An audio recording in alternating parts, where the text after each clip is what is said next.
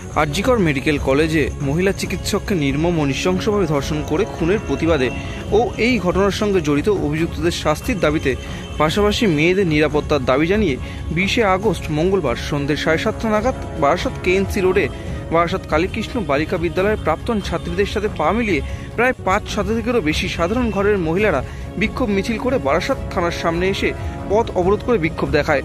প্রায় 15 মিনিট থানার সামনে পথ অবরোধ করে বিক্ষোভ দেখানোর পর মিছিল সমাপ্ত করে বিক্ষোভকারীরা। এই দিনের বিক্ষোভ মিছিল সম্পর্কে সাংবাদিকদের মুখোমুখি কি বলেছেন বিক্ষোভকারীরা, আসুন সেটা একবার শুনে নেওয়া যাক। বারাসাত কালীকৃষ্ণ স্কুলের প্রাক্তনীরা এই মিছিলটা ডেকেছি। বারাসাতের সমস্ত মহিলারা আরজিকরের এই ঘটনা তার শাস্তির দাবিতে আমাদের এই মিছিল।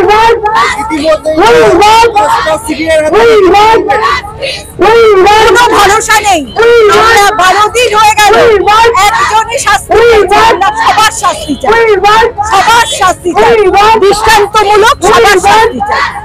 এমন শাস্তি দিক যাতে ধর্ষকরা কোনোদিন আর মেয়েকে ধর্ষণ না করতে পারে, দৃষ্টান্তমূলক শাস্তি দেওয়া হোক যাতে কোনোদিন কোনো মহিলাকে এইভাবে ধর্ষণ না করতে পারে।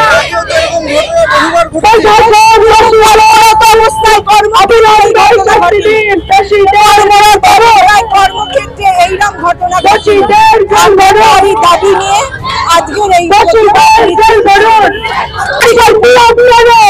পরিকল্পনা আমরা দাবি করছি। এটা অনেক কিছু জেনে গেছিল, শাস্তি দেওয়া হলো, খুন করা হলো, তাকে খুন করা হলো। কালীকৃষ্ণ স্কুল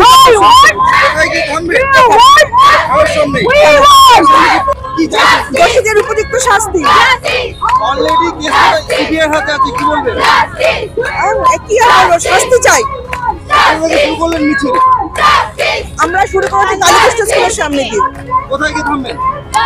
এখানে এখানে আমাদের তো চলছে, চলতে থাকবে যতক্ষণ না ন্যায় বিচার পাওয়া যাবে ততক্ষণ চলবে।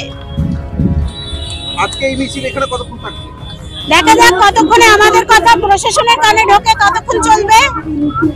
এটা তো গেছে অনেকগুলো দিন, এখনো পর্যন্ত সমস্ত দোষীরা আপনারা যেটা বলছেন তারা ধরা পড়েনি, কি বলবেন?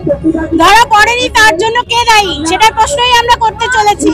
কেন কেন ধরা পড়েনি, কেন এখনো দোষী প্রমাণ লোপাট হলো কেন, আরজিকরে ভাঙচুর হলো কেন, কার দায় এটা? প্রশাসনের দায়।